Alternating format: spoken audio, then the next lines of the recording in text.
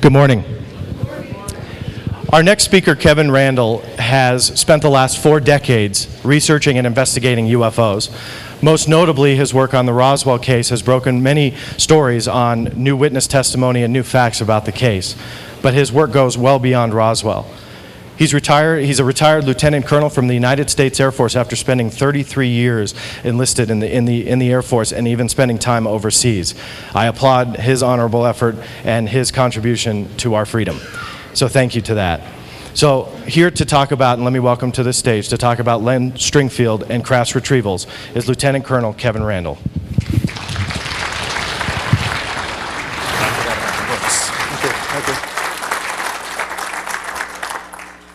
I hate to do this right off the bat, but I have to correct John at one point. Although I was in the Air Force at one point, I retired from the Army as a lieutenant colonel. So I always hated that. Oh. So let's talk about Len Stringfield and crash retrievals.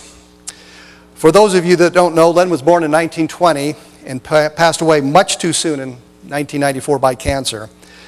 He was the one that started us again on the question of crash retrievals. He was the one that invented that term. Now, if you remember back in the olden days, in 1950, there's a book called Behind the Flying Saucers by Frank Scully. This was a story of a number of UFO crashes in the United States, including one at Aztec, New Mexico. And Frank Scully got his information from Silas Newton and Leo Gebauer.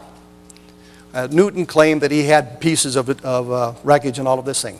The San Francisco Chronicle and True Magazine, and I cannot believe this for the time frame, True Magazine offered $25,000 to J.P. Kane to investigate the story and write it up. They didn't care which way it went. True, false, they didn't care. They just wanted to know what the truth was. Kane did such a brilliant job of destroying that story, showing it to be the hoax that it is, that nobody in UFO research wanted to talk about crashes. If you brought up a crash, nobody wanted to hear about it. Len Stringfield, in 1978, changed all of that with his paper in Ohio. So let's talk a little bit about Len Stringfield. Len was a veteran of World War II and had been an intelligence sergeant with the 5th Air Force, and by coincidence was on the same island as Jesse Marcel. I don't think they ever met one another at that time, and I don't think they ever saw one another, but they were on the same island, and I think that kind of forged a bond between the two men later on. He was one of the first to be sent to Japan after the surrender at the end of World War II. He made his first UFO sighting in 1945. So Len was one of those that saw the Foo Fighters. These were not just the balls of light that we've always heard about, but they were something different, something more structured, something that was solid. And Len's sighting became very important because of what happened. So on August 28th, 1945, while they were en route to Japan, near Iwo Jima, where that battle had been fought in just months earlier, he was aboard a C-46 that was affected by the proximity of 3 Foo Fighters. In other words, electromagnetic effects that caused the aircraft engines to begin to sputter. I'm going to take a moment here and read exactly what Len said about that sighting, because I think it's important to get his words rather than my interpretation of his words. He said, "I was shocked to see 3 teardrop-shaped objects from the starboard side window. They were brilliantly white, like burning magnesium, and closing on a parallel course with our C-46, small 2-engine airplane. Suddenly, our left engine feathered, and I was later learned that magnetic navigation instrument needles went wild. As the C-46 lost altitude with oil spurting from the engine, we were told to prepare to ditch. I do not recall my thoughts or actions during the next horrifying moments, but my last glimpse of the 3 bogies placed them about 20 degrees above the level of our transport. Flying in the same tight formation, they faded into a cloud bank. Instantly, our engines revved up and we picked up altitude and flew steadily on course to land safely at Iwo Jima. This sighting, as you all can tell, contained a number of elements that would become very prominent in the UFO field later on. Electromagnetic effects affecting the engines of something nearby, some kind of vehicle nearby.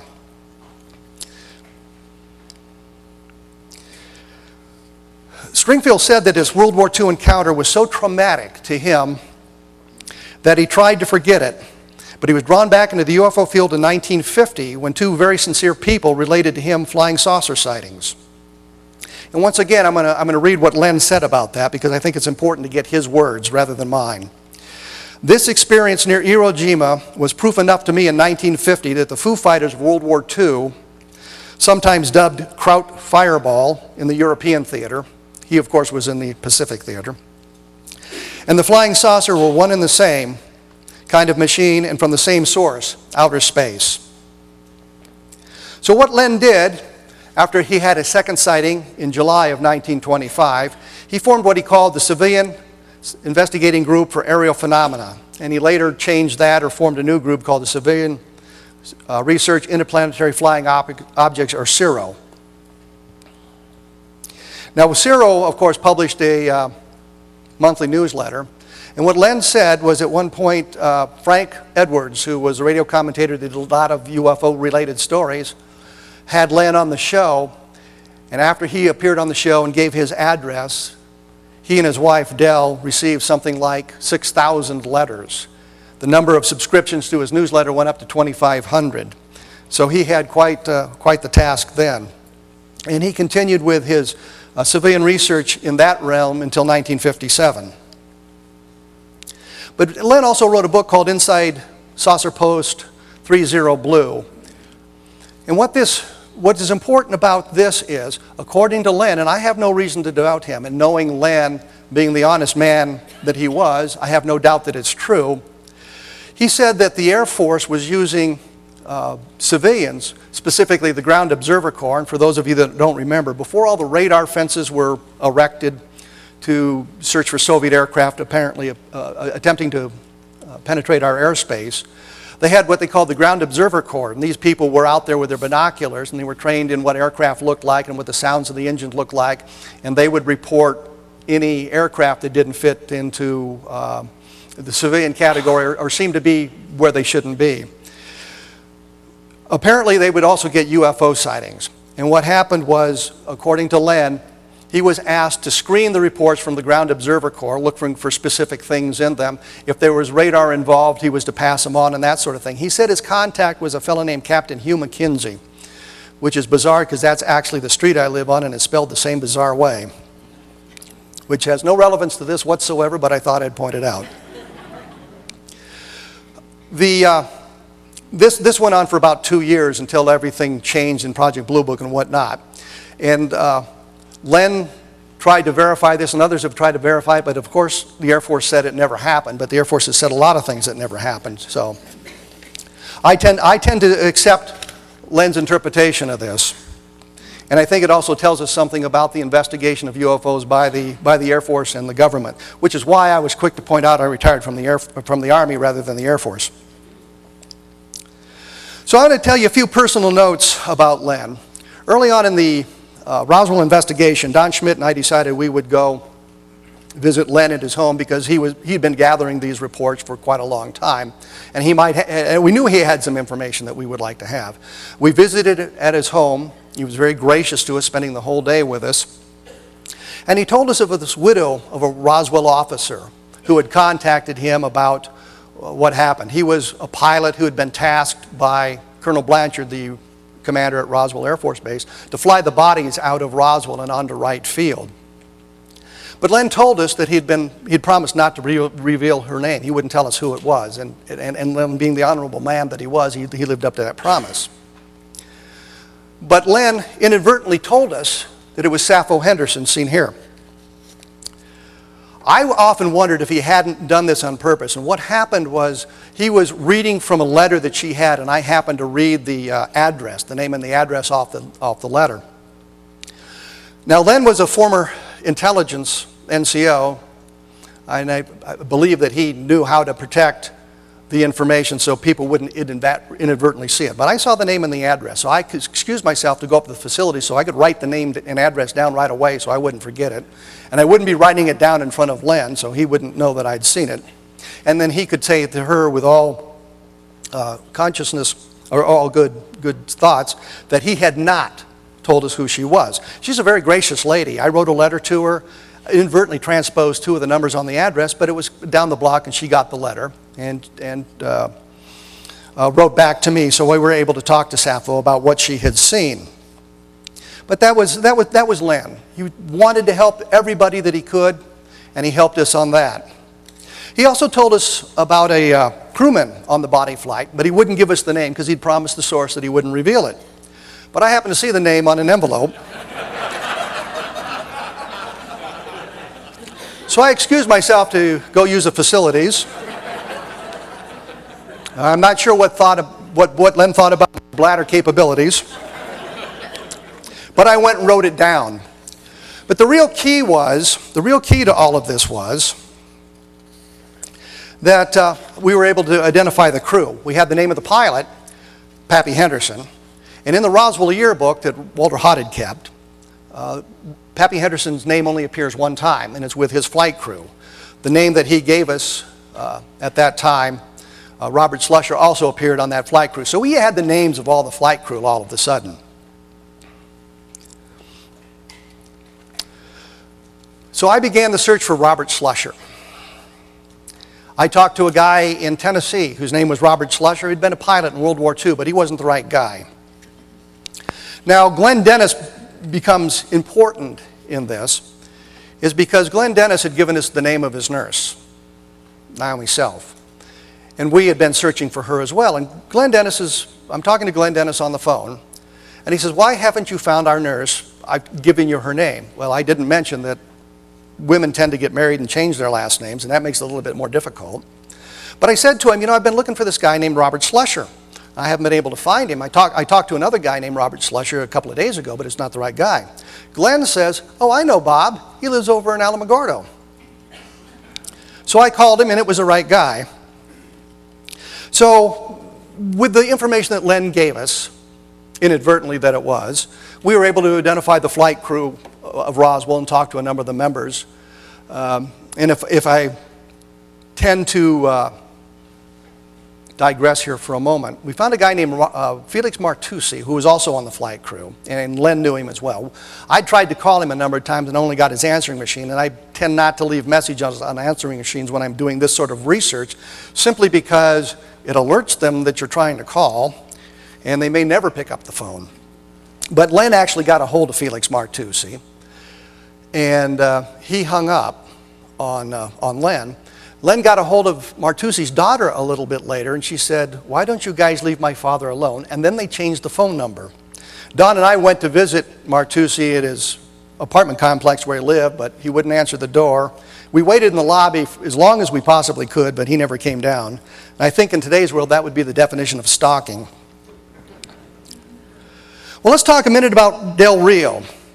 In Len's presentation in Ohio at the MUFON conference in 1978, his first abstract dealt with the Del Rio case.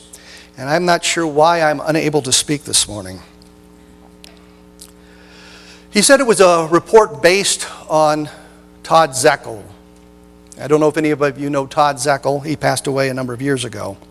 But Len had taken the information that Todd Zeckel had found. This was based on a crash retrieval in 1948 in the Del Rio area. And it was based on the testimony of a retired Air Force colonel. Not a lieutenant colonel, but a full colonel, an 06 as we say in the world today. And as I say, there were two retired Air Force colonels who were apparently involved in this thing, and Zeckel had the names of both of them. The first one was a provost marshal. That would be like the top cop on a military installation. He'd be responsible for law enforcement, for security, and a lot of that sort of thing. And the reason I pointed out that we'd been stalking Martucci is because Zeckel apparently stalked this guy, but he was much more adamant about it. He followed him a lot closer. He did talk to the man, and the colonel said that he knew nothing about it. Well, at times when you get to that point, there's really not a whole lot you can do. I was trying to find a general who had been in charge of ATEC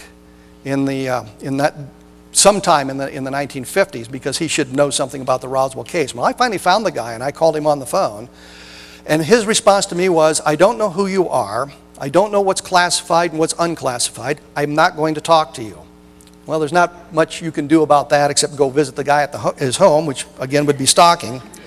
I'd learned my lesson, so I didn't bother to do that. Zekel did not, and the colonel eventually took out a restraining order against him. So that was the first one. I believe the colonel's name was Bauer, and he had been the provost marshal at Carswell Air Force Base in 1950. Zekel found Robert Willingham, who was the second retired colonel. The original date of the case was 1948, according to the information that Len had at that point. They later moved the date to 1950. And Len reported about this in his UFO crash retrieval syndrome. He questioned the report at that point. So we have Len in his abstract in 1978 telling you what he knew then. Len, of course, then updating the information that he'd learned from Zekel and others about that from the second witness. Len, in the crash retrieval syndrome, suggests, and Len being the nice man he was, he would only suggest, that this might not be a valid case because he was concerned about the change of the dates, for example. So I began to work on my book, Crash, and unfortunately I have not learned from Stan Friedman yet that the thing to do is now put a picture of my book up there, which I would gladly do if I thought of that earlier. I'm going to write notes next time I listen to Stan's lecture on what I need to do to promote myself that way, which is, by the way, not a negatory comment about Stan. It's just an observation. Anyway, I thought during the book, I'll see what's new on this. So I typed Willingham's name into Google, and the internet is such a wonderful research tool. And I came up with all of this new information about it. It didn't track with what I knew. I had used an affidavit published in 1977 from Willingham about the information and what happened and all of this. And now suddenly the date is now 1954. We've gone from 1948 to 1950 to 1954. I called Willingham. Well, he wasn't sure whether the day was 1954, maybe 55, maybe even 57. Now I'm talking to a guy who's 87 years old, I think. He's had a number of strokes. So I'm not really that concerned about the change of the date. But he changed the aircraft he flew. And that bothers me immensely, especially as a former military pilot. If you were to ask me what kind of aircraft I was flying at a specific period, I might not be able to tell you the specific model number, but I can tell you the aircraft. You know, I can say, well, this was a UH-1D model, or this was a UH-1H model, something like that. I would know. He also changed the name of the base that he was flying out of. Originally it had been Dias, so now it's Carswell Air Force Base. So we got a lot of trouble with that. So I decided to take a look at that. Willingham claimed that he was a retired colonel. He claimed he'd flew fighters for the Air Force Reserve for a number of years. He claimed he had been promoted by LBJ, which I found a little bit suspicious because even though he would have been president, LBJ would have been president, he didn't have the authority to say, promote this man to the colonel. It's got to be approved by the Senate. And he claims he was denied a pension because he talked about UFOs. And that bothered me as well. But remember the key points. He claimed he was a retired colonel. He was denied a pension because he talked about a UFO crash. Well, I went to NARA, National Archives, their St. Louis center, the center there, to find out what I could about this guy. And the only record they had was that he was an E4, not an 06, an E4, a very low-ranking enlisted man. He did enter the military on December 8th, 1945. This technically makes him a veteran of World War II. They count up into the mid-1946. If you join the military any point during that time, you're considered a veteran of World War II, even though if you joined in December of 1945, you would not have deployed anywhere to do it. He was discharged on January 4th, 1947, which Willingham told me was an accurate date, but no other records were found. So this is kind of frightening. Now, Willingham will tell you that his records burned up in the fire in 1973, but a lot of people who claim military service and you can't find records say their records burned up in the fire in 1973. The problem with that is Willingham's records wouldn't have been there in 1973 because he was still serving.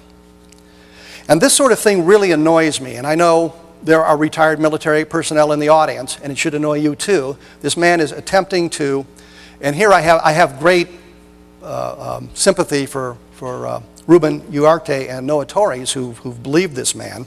They know I don't believe him, but no other records were found. So where do we go from that? Well, here's the record that I did find, so you can see everything that I found there. Technician 5th grade is an E4. I had to look that up because I didn't know what that meant. It gave what schools he went to, nothing about flight school or anything like that, and that there are no other documents. Now, to be fair on this sort of thing, I checked on my own records, and they weren't very accurate, but it did confirm the things I say. Like I say, well, I served in Vietnam. Well, it shows that to you. It shows all of that, all that sort of thing. They're just not up to date. This is all I could find. Now, Willingham said that he was an Air Force officer. This is Willingham in the 1960s in his Air Force uniform. So people say, well, if he's inventing this story, how would he be smart enough to have a picture of him taken in an Air Force uniform in the 1960s? And I have an answer to that question. If you look right here, those are Civil Air Patrol ribbons. You can tell, and I'm not sure how well it comes across on the screen, but the bottom row, there's one ribbon that's got a little triangular propeller shape in it. That's very indicative of Civil Air Patrol ribbons of the time. And you can wear those on your Civil Air Patrol uniform. These are military ribbons that you'd be awarded for your service in his case in the Army. And that's also appropriate on a Civil Air Patrol uniform.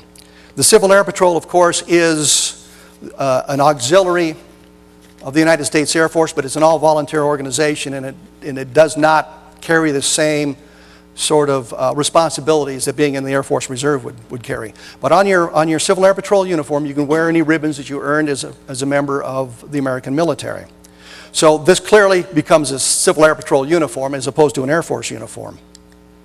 Here's the real key. On the lapels, and all of you who have served realize that you wear a distinctive insignia there, U.S. in some fashion. In the Army, if you're enlisted, you get a U.S. on one side, a branch insignia on the other side.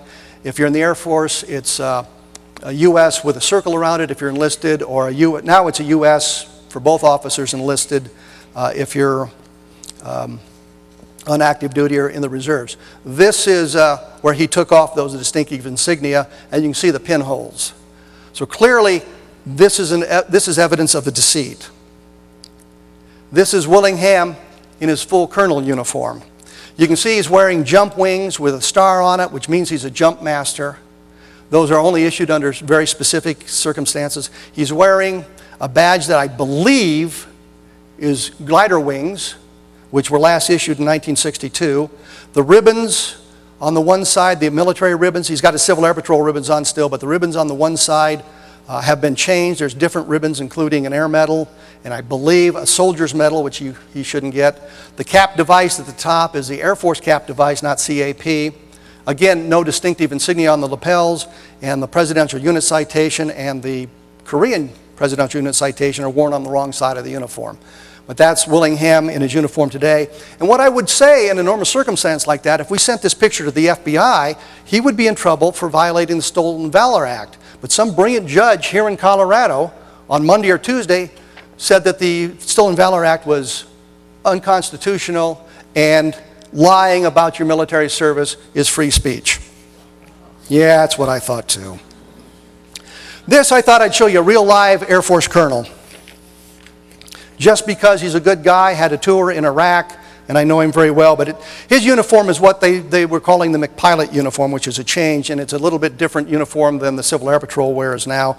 Civil Air Patrol normally wears uniforms, the older style uniforms.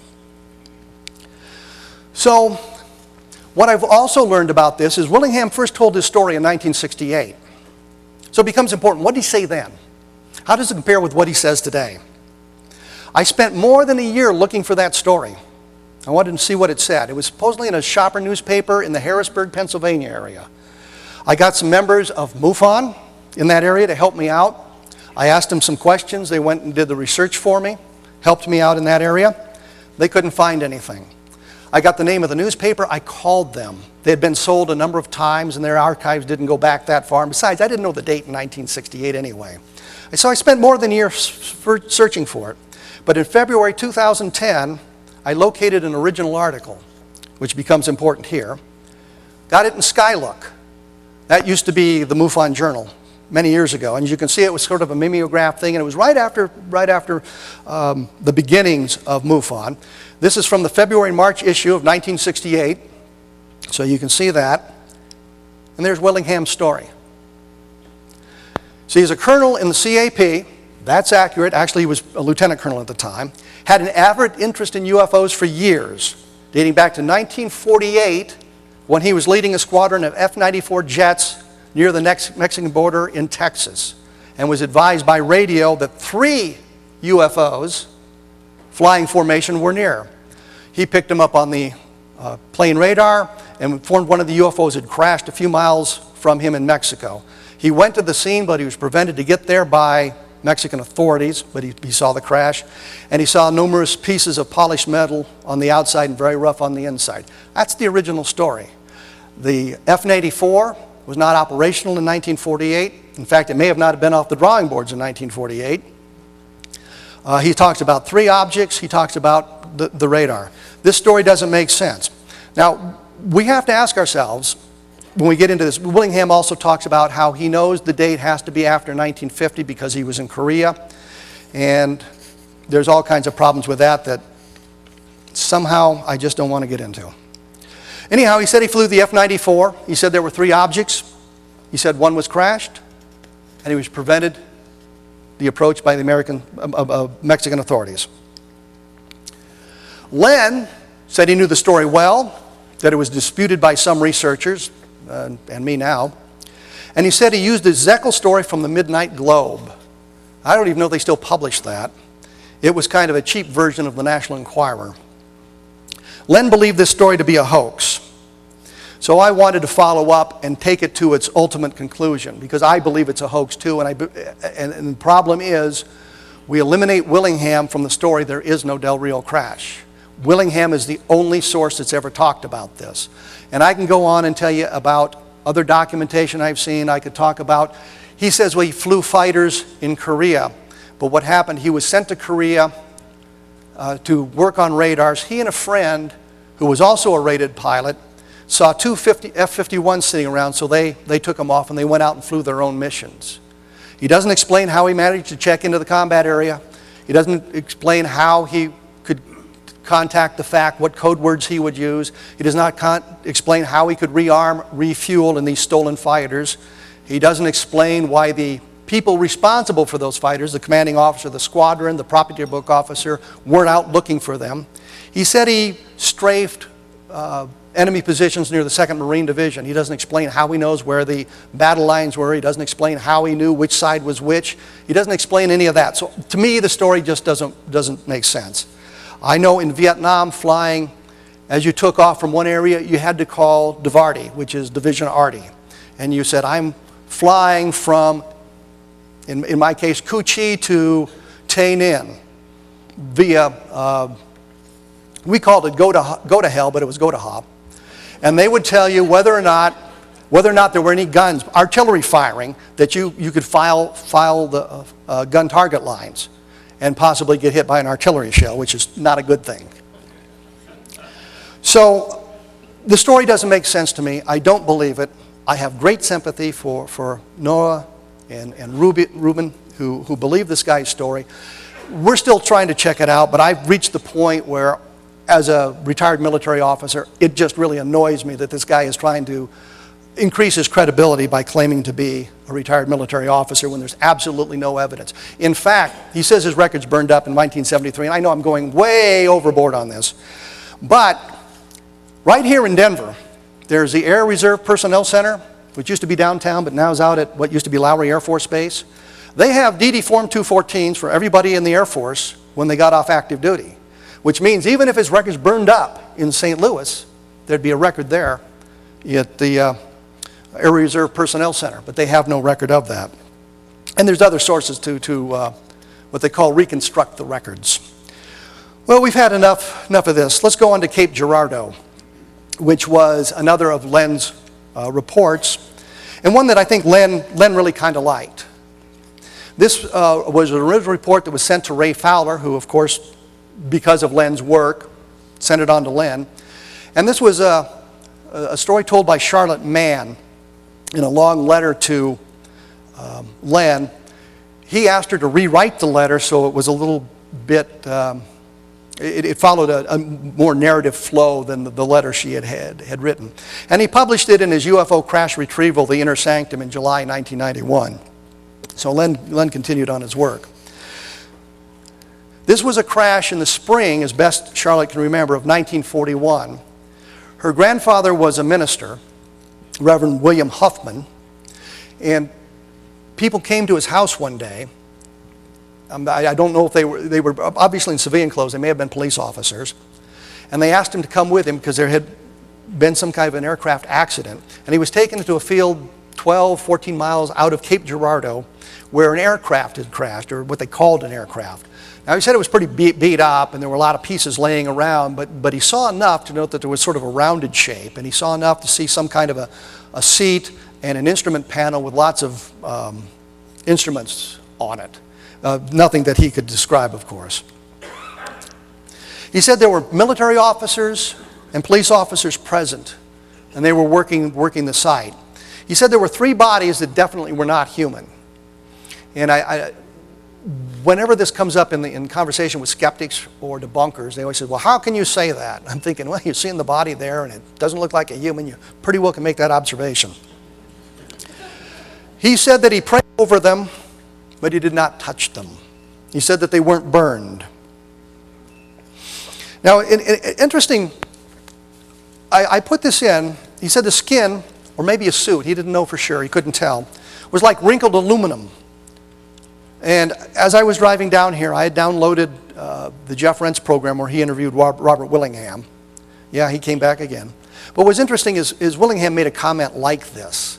But this information has been around since 1991, and Willingham has expressed a interest in UFO, so he might have picked it up from there. They said there was no hair or no ears on the alien creatures, which would be another giveaway that they weren't human. They were small framed, about 4 feet tall, with the large heads, oval eyes, but no nose. So you've got pretty much a standard alien type description there.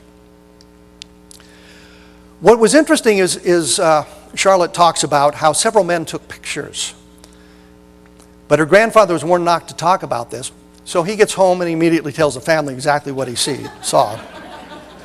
And you know, you're a civilian, you're a minister, you're credible. I mean, the guy's credentials are there. He's clearly credible. He's warned not to talk, but I'm thinking in the same circumstance, I'd probably told my wife and family as well. 2 weeks later, though, he got a picture in the mail of the aliens, which is an interesting tidbit. Of course, as we all know, always happens in UFO research, that picture is long gone.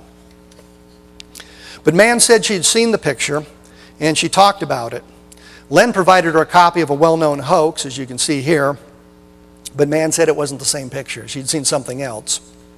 So that was something that Len was delighted to find out. Now there was another fellow named Clarence R.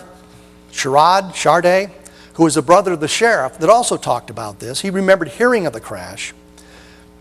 And that, of course, is secondhand testimony. We didn't get the sheriff to talk about it. The brother of the sheriff talks about it. Charlotte Mann, at best, is secondhand. She's probably third-hand. She got it from her grandmother, who got it from her grandfather. I believe the way she talks about it, she didn't hear it directly from the grandfather. Now, Ryan Wood, in his book, and if I was going to do Ryan Wood any favors, I'd put a picture of his book up here, reports that he had talked to Charlotte Mann's sister, and she corroborated the story as well. So we have the family members talking about it. We have another family sort of involved in this case. So that makes it interesting. But the thing we have to remember is we don't have a first-hand witness, and we don't have the darn picture. Here's what I worry about. This crash happened in 1941. I find this worrisome. If there had been a crash in 1941, I would suspect that the reaction in Roswell in 1947 would have been different. They wouldn't have announced they had a flying saucer as quickly as they did. There would have been some kind of procedure in place. They wouldn't have been caught by surprise. They wouldn't have issued the press release.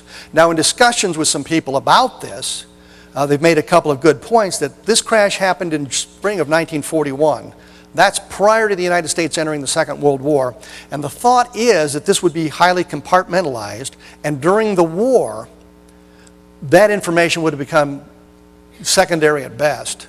It would have been a very low priority, anybody's way of thinking, and that information may have disappeared in the great maw that we know as the Pentagon. So that when Roswell happened in 1947, it was as if there was a new event that they weren't expecting like that. So I worry about the Cape Girardeau case because of that, but I do find it interesting. I know Len was very excited about the case. I think Ryan is very excited about the case, and I find it very interesting. I think it's something that should be followed up. Len also talked about the Spitzberg Island. This was a crash in 1952. I don't know why it's ever considered authentic, but what's important here is there's a witness with the Disclosure Project who said that he was a communications officer in the Air Force in the early 1950s, and while he was working in their classified message center, he saw a classified message about the Spitsbergen crash. This is very important information. I mean, here we got a guy who was working there, he saw the message, and he talks about it. Well, that's pretty exciting. Here's the problem. I've seen the message too. It's in the Project Blue Book files. Blue Book was alerted about this. The message did go through the message centers. It was classified, I believe secret, maybe confidential, but it's since been proven to be a hoax. And I think there was a very good article in an International UFO Reporter about this from a fellow in Sweden who did an awful lot of work on the Spitsbergen crash. The newspapers that are supposedly quoted in the articles don't exist. The member of the Norwegian general staff who supposedly was quoted, he didn't exist. And I think vetting on this would have disclosed the truth of it, because I know Disclosure Project is very excited about this. Well, here's the message, so you know that I do in fact have it. And this is just the message saying that what had been reported to them. Now this Spitsbergen thing, the reports of it end up in newspapers later on, quoting the newspapers from Norway in South America, in Europe. So there was a lot of this stuff going on, but nobody can get back to the original source. And one thing about the original source said these were great circular craft with jet engines around the rim, so they're using jet engines to create lift by spinning the thing really fast. And the instrumentation was all in Russian. So it started out as some kind of a Russian craft that had crashed and eventually evolved into an extraterrestrial craft. So this is a case that should be eliminated from our list of UFO research.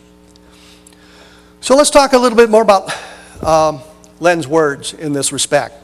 I believe he coined the term that we all use today for crash retrievals, so he gets credit for that.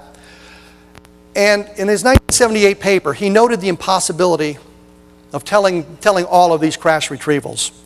I've looked at some lists on the internet, the top 300 events. This is preposterous. They'd be raining out of the sky. And if that was true, we'd be having a lot of different conversations right now. And we probably wouldn't be trying to determine the origin of UFOs and what's going on. We'd have a pretty good idea of what's going on. But his 1978 paper, that opened the door for us. That told us that crash retrieval research was something that could be done, something that should be done, and that we shouldn't reject all of these stories out of hand. There's something important going there because there's so many of these stories. The problem was, as Len said, many of them were single witness. He said many of them were hoaxes. And just last night, in conversation with Robert Wood, he was saying that he had met with Len in the early 1990s. First time he had met Len, and he asked Len how many legitimate crashes he thought there were, and Len said 5 to 8. I'm thinking the number might be a little high, but I'm very, very jaded in my looking at this thing. But Ryan wanted to know what I thought were the 5 best, and I would, of course, was talking about Roswell. Shag Harbor, I think, is very good because of the documentation that Doug Ledger and Chris Dial has found. But Len also said that many of these cases were hoaxes, and that we should be aware of those hoaxes simply so that the next time we come across that information, we'll know that we don't have to waste any time on it. We know what the answer is. But he believed that we should be investigating them. And I know that Len was often criticized during his work because he put a lot of stuff in his crash retrieval reports that was shaky at best, that he hadn't vetted himself. And I actually asked him about this at one time, and Len said that what he hoped to do was put out information that might come from a single witness, that another researcher might have heard something about and have additional information, and that the report that Len, had reported on would be enough to get that second fellow started, tell them something more. So he believed that we should investigate them, but that once we've got a solution, we should understand that. And one of the things that struck me as odd here this weekend, a number of people have asked me about the Kingman crash. 1953, Arthur Stansel, I think, had the calendar page, talked about an event where the craft was embedded in the sand, and he was taken out there in a bus with blacked out windows so that he could do his part in determining the force with which the object impacted the ground. And I'm thinking, well, that's single witness. But there's a second witness named Judy Woolcott. And she said that her husband had been involved in that, and he'd been in the tower in Kingman when this happened, and that he had gone out and seen some of this stuff. And he sent her a letter while he was serving in Vietnam about this, but before he told her anything more, and I thought it was pretty strange, I'm in Vietnam, I'm really not writing my wife about UFOs, but that's okay. He was killed before he could do that. So we report all this stuff because that's what we're said, and we like to believe what the people tell us. Interestingly, on May 29th, I get a call from Judy Woolcott's daughter. Judy Woolcott had died in 2008. I couldn't find a Woolcott who had served in Vietnam that met the criterion that she said, that let alone had been killed. Judy's daughter, whose name is Karen Baez, told me that her mother tended to embellish stuff. And she said that her father had lived until 2006. He wasn't been killed in Vietnam. And her stepfather, who could have been the other guy, was still alive. So suddenly with the Kingman story, it's looking to be a hoax. Stansel's information isn't very good, and he said to almost everybody who talked to him that when he drank, he tended to embellish his stories, and the first time he told the story, he'd been drinking, and the second time he told the story, he'd been drinking, but he said it didn't really count because he'd only had 4 beers. So I thought it was odd because normally it's just 2 beers. When you get stopped by the police, well, I just had 2 beers, officer. So anyway, that story I believe to be a hoax. I don't believe we need to waste any more time on it. And this is one of the things that Len would like us to do, is investigate these cases. And once we get the information, share it with everybody so that someone else doesn't have to waste a lot of time going to Kingman and looking through the newspapers and discovering there's nothing in the newspapers about it. Talking to the residents who've been there for a long time to realize that they know nothing about it. And we can use our resources, whether they're financial, personal, investigatory, to better ends. But Len had hoped his research would provide clues. Now, when Len did his paper, he wanted to make sure that we would open our eyes to this subset of UFOs that we'd ignored for too long. And he wanted to provide us with the first steps. And I know we've had some discussion here at this conference to share the investigative tools that we all have with one another so that we can improve that. But without Len, there would be no crash retrieval research. I don't think we would get anywhere near the point we have reached had it not been for Len and the work that he had done. So he made it clear that there would always be some bad with the good, and I'm sure that all of us who have done research realize that there is some bad with the good. But when Len did his first report in 1978, Jerry Clark, and I'm sure you all know the name, Jerry Clark said that this was a waste of time. Jerry just didn't think we should be doing it.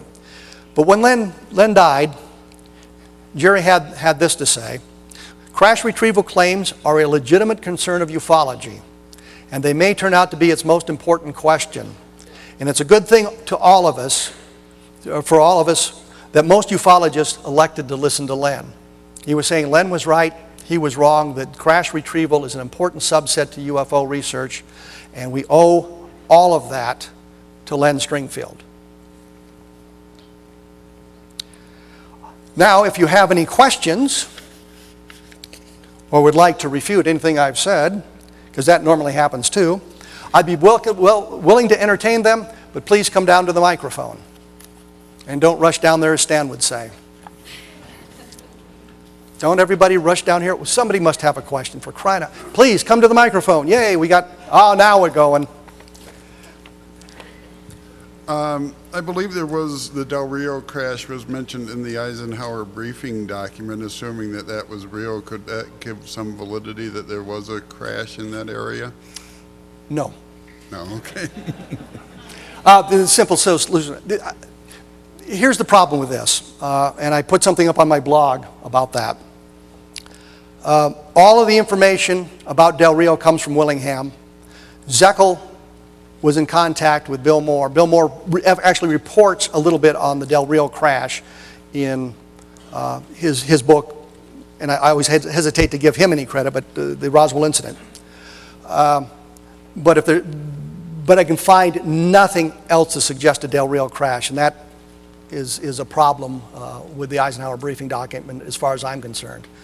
But I don't think you can use the Eisenhower briefing document to validate a Del Rio crash without some additional information, and at this point we don't have that additional information.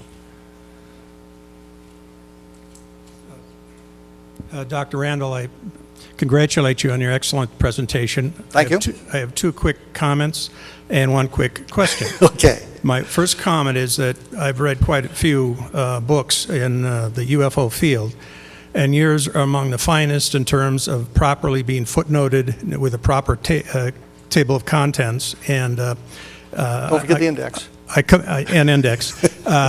And I commend you on that. Thank you. Thank you. The second point is, and for everyone in the room as well as myself, it does us no good to make an argument among friends and people we want to persuade. If we go off and make an allegation that isn't properly documented, it only makes us look somewhat foolish. Yes. And my question is, not on what you were talking about today, but or in a certain extent it is, on Roswell. At one point, someone made a reference that if Mr. Kaufman's testimony turned out to be false,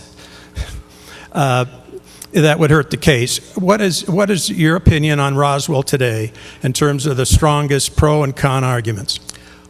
Roswell is stronger than Frank Kaufman. And yes, Frank Kaufman's lies hurt the case, because when something like that happens, when part of a case blows up in that fashion, and I have to take responsibility for that, because I found Frank Kaufman and believed what he said until we learned the truth, found the documentation that what he said wasn't true. So that hurts the case, because then the skeptics point to that and they say Frank Kaufman was lying. Ergo, everybody else is lying. There was no crash at Roswell. You can't believe anything. That hurts the case. What they never point out is that the people who found Kaufman to be lying were we UFO researchers who were looking at the case. And I point specifically to Don Schmidt, Mark Rodiger at the Center for UFO Studies, and Mark Chesney, who had an opportunity to review Kaufman's records after he passed away, found the original documents, his original military separation papers and all that, which could compare to the stuff that he'd been giving to us, and we realized that his background was not what he claimed to be. So looking at it from that point of view, yes, Kaufman hurts the case. Gerald Anderson hurts the case.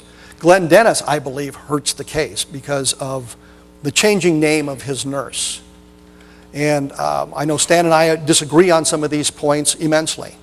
We agree on the overall principle: a UFO, a flying saucer, a craft from another world crashed at Roswell. The military recovered it and covered the whole thing up. So in that respect, we believe that Roswell, I shouldn't say so, I believe that Roswell was extraterrestrial.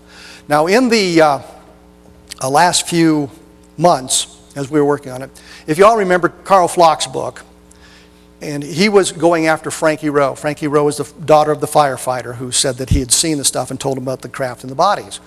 No record in the fire department that they'd made a run outside the city limits. And in fact, Carl said in his book that they did not make runs outside the city limits. Well, I proved that to be wrong because I found in the fire records they did do that.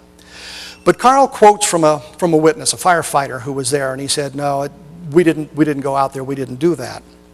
And that's where he leaves it. Well, I talked to the same guy some years later, and he told me essentially the same thing. So I asked him another question, because there's always another question to be asked.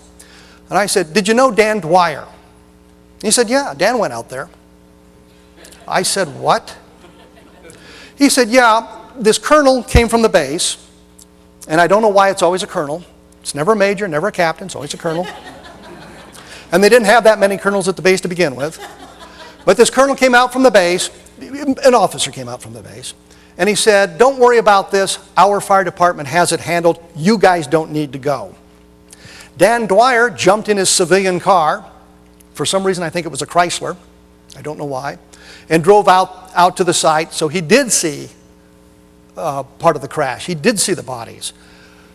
That corroborates Frankie Rowe's testimony. The skeptics will tell you Frankie Rowe's a liar and you can't believe a word she says because she didn't see anything herself. Well, she talked about some stuff, but I find Frankie Rowe to be a very credible witness. Now, people say, why don't you give these people lie detector tests? And my answer is always, I believe they're telling the truth as they believe it. And even if she passed a lie detector test, you wouldn't accept that as evidence that she saw a craft from another world. So there's no point in it. But the point is, Frankie Rowe's testimony has been corroborated by some evidence that we've just been able to uncover. So I believe that the Roswell crash is alien, extraterrestrial, and that the government covered it up. So that kind of is a long-winded answer to your question. And assuming that is true, what is your opinion and your thinking about an MJ-12 type group as a follow-on to that event? Obviously, there was some kind of a oversight committee created to exploit the find. General Exxon, who was a lieutenant colonel in 1947, ended up as the base commander at Wright-Patterson Air Force Base in the 1960s, talked about what he called the Unholy 13.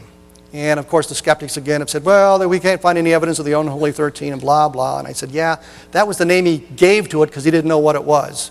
Oh, Reuben knows to come up. He'll be okay. The Unholy 13 was a name he created simply to identify the group. It wasn't an official name or anything else. And he gave us the names of some of the people.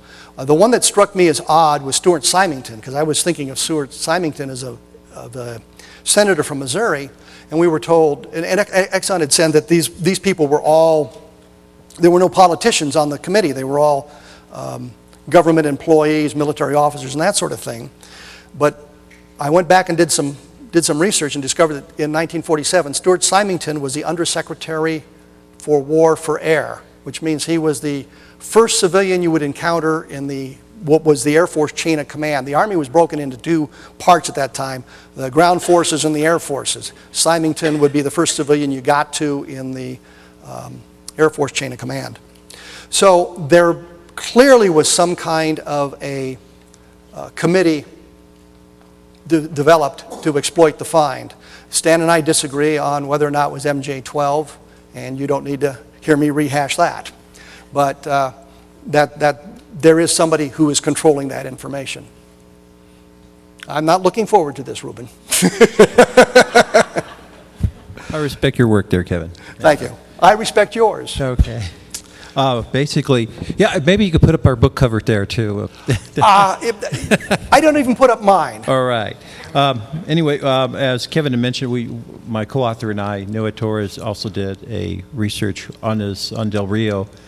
and where we did go and meet Colonel Willingham, and we looked at a number of documentation which we have also provided to Kevin, and as most of nearly all the material that we had provided to you, you've pretty much said either it's Forge or Hope. Or Civil Air Patrol. Or in that, and yet we've also have consulted with other military people who have also looked at the documents, and so we do have a difference of opinion. Well, there's one document that Yeah. is sort of the 20-year letter type thing that says he's met the requirements for 20 years, and I have not been able to find out anything about that.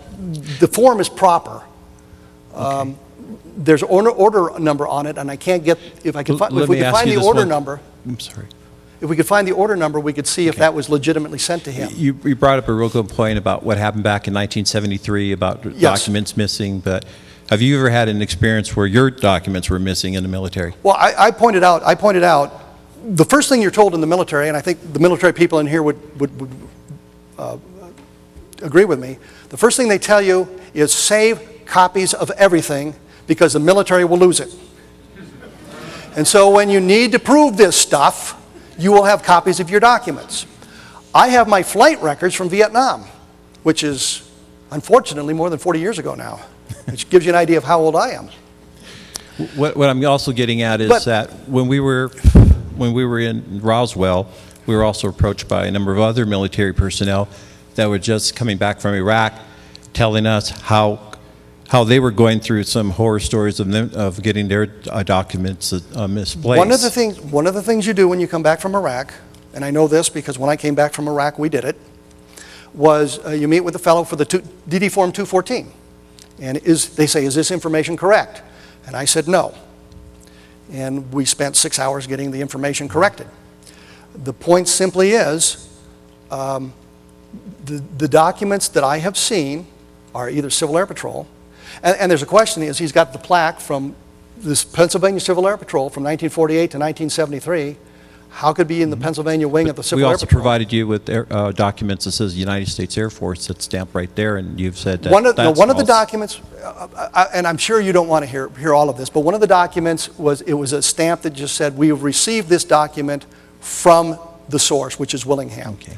The question is, if he's a retired military officer who's not getting his pension, why hasn't he gone to his congressman? Well, he's gotten some assistance. You know, he is getting VA. He's going to VA for medical assistance for that. Which, if he served in the military, he's authorized VA medical benefits. On the other hand, folks, there's always two sides of the story. Yes. So I'm going to plug my book, The Other Roswell. So read that case. Then let me say this. Let me say this. If you're really interested in sorting all of this out, the one thing you should do is buy their book, because you'll get to see what Willingham said in that book and what their investigation has led them to see. I think that's what's really important is that we're interviewing people that are been in the military for many years, and now they're coming out and sharing this information. They're in their 80s. They're going through a lot of health issues, and like Kevin said, this gentleman's gone through several strokes. So we try to get the best information, but he's always been very consistent with us, at least as far as going through the questioning. So it's very good. Let me turn this around on Ruben one time. What do you think about that article from the Skylook from 1968? Well, you know, one of my first questions that I asked him, because he said he flew an F-94, and that's a two-seater interceptor. And I asked him, Colonel, do you remember who was with you that day when you flew over that on that particular mission? He says, no one was with me. I flew an F-86. So that was a big issue for us, because we said, so where does F-94 come from? And now we're talking about 1955, because he was in Korea in 1950. He says. Yeah.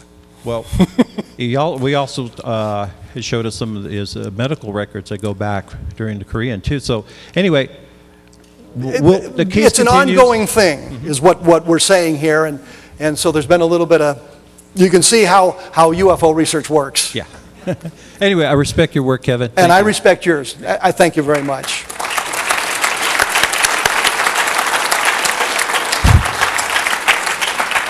Hi, Kevin. I just wanted to, I saw that thing, the sketch you had before, those 3 balls of fire, and that was on Keith Chester's book. Keith Chester, yes. And the whole thing about MJ12 is it suddenly mysteriously appears in 47, and you don't realize there's a background to it.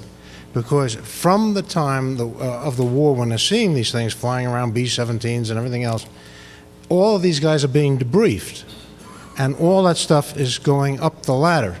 So I would say the military up top side knew about this stuff long before the 47 event. They knew about this, and if you read the history, you find out that Jimmy Doolittle had been sent to Scandinavia to look in the ghost rockets. Yeah. Mm-hmm. So there's a history there, and what Keith Chester's book does very, very well, and if I had a picture, I'd show you Keith Chester's book,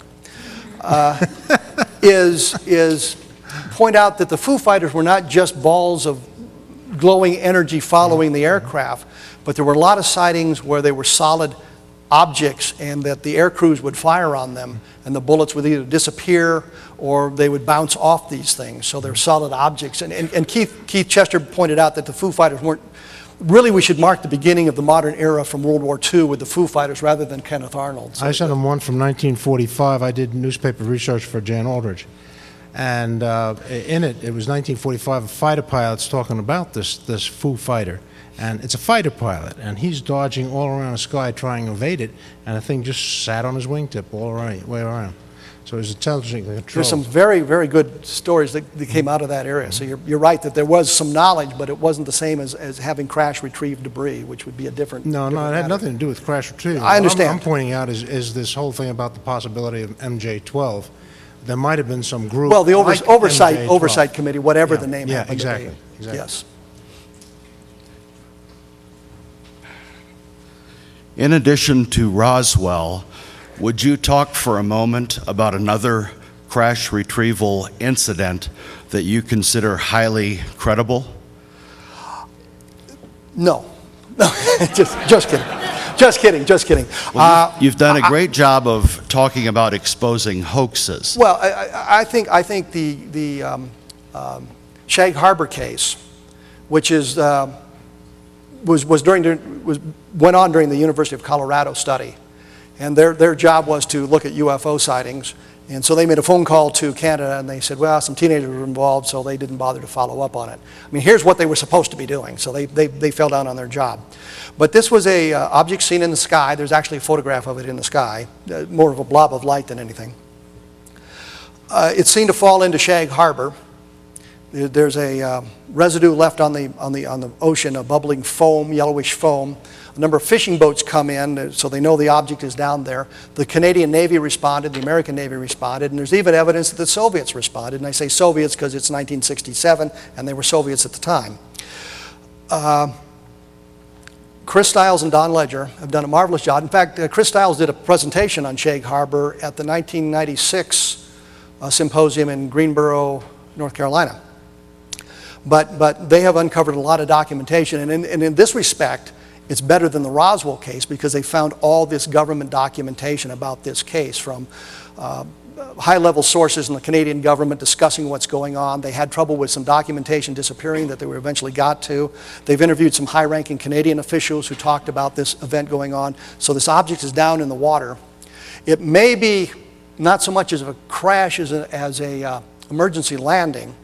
There is then talk of a second object joining the first, and eventually as a Soviet submarine comes in, the two objects take off and they leave the area. But it's very intriguing because of all the documentation, so clearly something happened. It's like Roswell. We know something crashed there, it's just what wasn't. Shag Harbor is the same way, but there's an awful lot of documentation for it. So I think Shag Harbor is a very good one. I go back and forth on Kecksburg. I know Stan Gordon has done a lot of work on that, and Leslie Kean has done some very good work on that.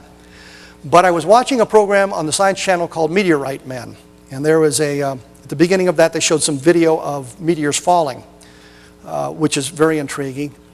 And now on one of the video bars on my blog, I have a meteorite one. There's one called Meteor Compilation that rotates through it, and it's 3 minutes and 19 seconds of meteor falls.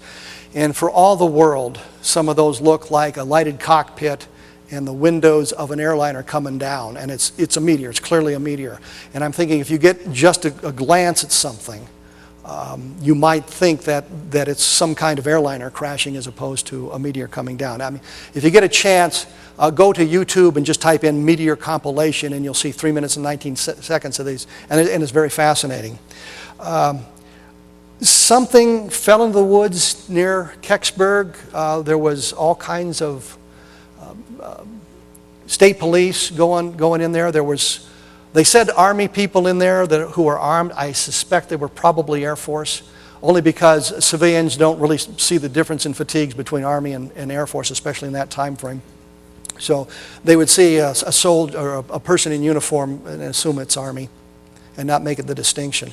But that's also a very good case, and I got some good help from both Leslie Keene and Stan Gordon on putting the book together. So there's a couple of very good ones. But what we're saying is, and Len said the same thing, that he thought there were 5 to 8 good crashes. I've just given you 3 that I think are very good.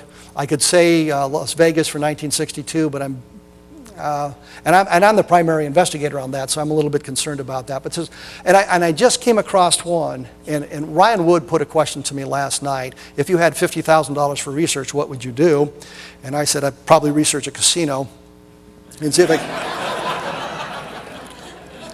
But all seriousness aside, no, I had just come across some information on a new UFO crash case that has the potential of blowing up the way Roswell has. I mean, there's a lot of stuff around it. I'm not sure it's going to go in that direction, but the $50,000 would, of course, allow me to pursue that a little bit further on that. And there's always more work to be done on Roswell, even though we're losing a lot of the witnesses in today's environment, because 1947 was a long time ago. There's still a lot of work to be done on Roswell and things that we can do on the Roswell case and learn some more. And like I said, I mean, I found in a magazine article, and I shouldn't say I found, Tony Braglia asked me if I've ever seen this paragraph in an old Saga UFO report, and it's 2 paragraphs, and it's a Lydia Schleppe story from 1976. So clearly, she has not been contaminated by all the Roswell stuff, because she was talking about this in 1976. So those are some of the things that we could find. So, you know, those are some of the good cases. Hi. I was wondering if there's any technologies we're using today that possibly are suspect from having originated from anything we recovered? I wonder if the best we could do is look at the shape of the craft and the composite nature of the material that gives us an idea of the stealth technologies, which of course kind of refutes the argument, well, they're never seen on radar. Well, yeah, we got airplanes that can do that now. But I think if you look at the development of our technologies, they're pretty well documented. So you can say, well, the transistor kind of appeared in 1947. You say, yeah, but you know, here's the research papers that took place prior to that and the development of that. And I look at it this way. If we were to take a VCR, and I say VCR on purpose, by the way, and a power pack and a TV monitor back to ancient England, and we show Merlin the Magician, we say, look, here's a black ribbon, but if you know the secret, you can get pictures and sound. But to do that, you have to understand 2 things that are invisible: electricity and magnetism. And it may be that our technology is not sufficiently sophisticated that we are able to figure out what's going on. It may have given us some hints, but I really don't see anything to suggest that technology has transferred into our society at all, contrary to what Lieutenant Colonel Corso had to say. Uh-oh. This one's not bad. Do you think there's legitimacy to Do you think there's legitimacy to the Rendlesham Forest crash that was military personnel who claimed they touched it? Well, people will say to me, here comes another shameless plug, in my book, why do you not mention Rendlesham Forest? And my answer would be, I don't see that as a crash, more of a landing. But that being said, that's a very good case. You've got Charles Halt with his tape-recorded messages and his letter. You have John Burroughs, who was, and I think Halt actually says Burroughs was in front of him. Pennington, I don't remember his first name. I got an email from him, Jim, thank you. I got an email from him that I have not responded to yet because he wanted to be a friend on Facebook, and I'm trying to stay away from Facebook. Well, it's just becoming ridiculous. Every time I turn around, Joey Blowy wants to be your friend on Facebook. Who are you? I have no idea. Anyway, I haven't responded to Pendleton, and I really should because it's very interesting, but that's a very good case. I've talked to John Burroughs about it. Unfortunately, I've met with Larry Warren, and I'm not real convinced that Larry Warren has a role in that case, other than he was the one that told Fawcett and the other fella from the Clear Intent book. Well, whatever. Barry Greenwood. Barry Greenwood will now send me a nasty letter. Dear Kevin, my name is Barry. But Larry Fawcett keyed them into the crash or the landing, and so his role was very important there. So I think it's a very good case. Quick follow-up question on Roswell. The Air Force issued a 94 report and a 97 report, and a congressman from New Mexico, Schiff, I think is his name, requested a GAO investigation. They found that the Roswell communications all had disappeared. But have the researchers looked at the communications from the Air Force bases in Washington to the key bases in Dallas and Fort Worth area that contacted Roswell? Various researchers have tried to various avenues to find any kind of documentation. And by mentioning the Air Force report, I did not fall on the ground and laugh hysterically at that report, which I would have loved to do. And one quick point, Sheridan Cavett was a counterintelligence guy at Roswell, and he said for years, I didn't go out there, I know nothing about this.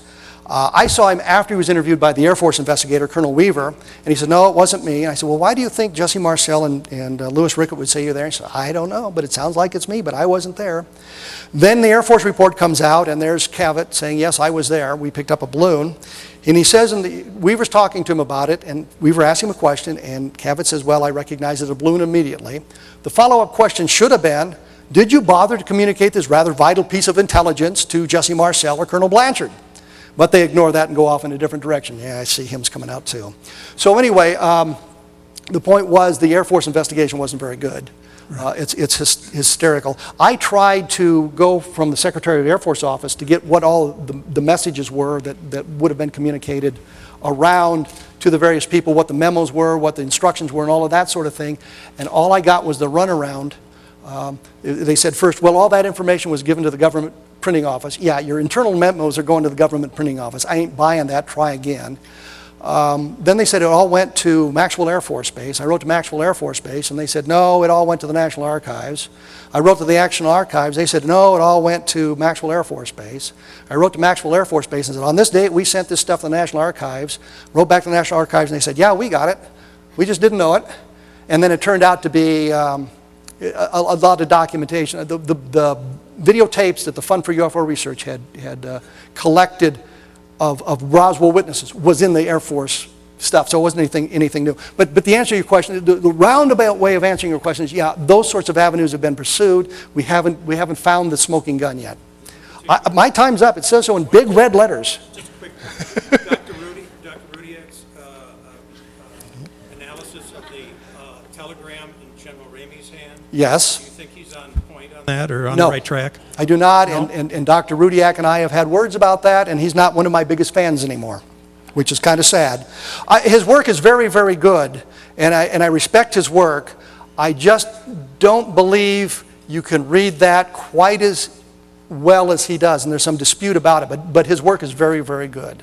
And now I'm going to turn the floor over to this fellow here whose name I've forgotten. No, I didn't forget it, John. I'm just saying that. Thank you all very much.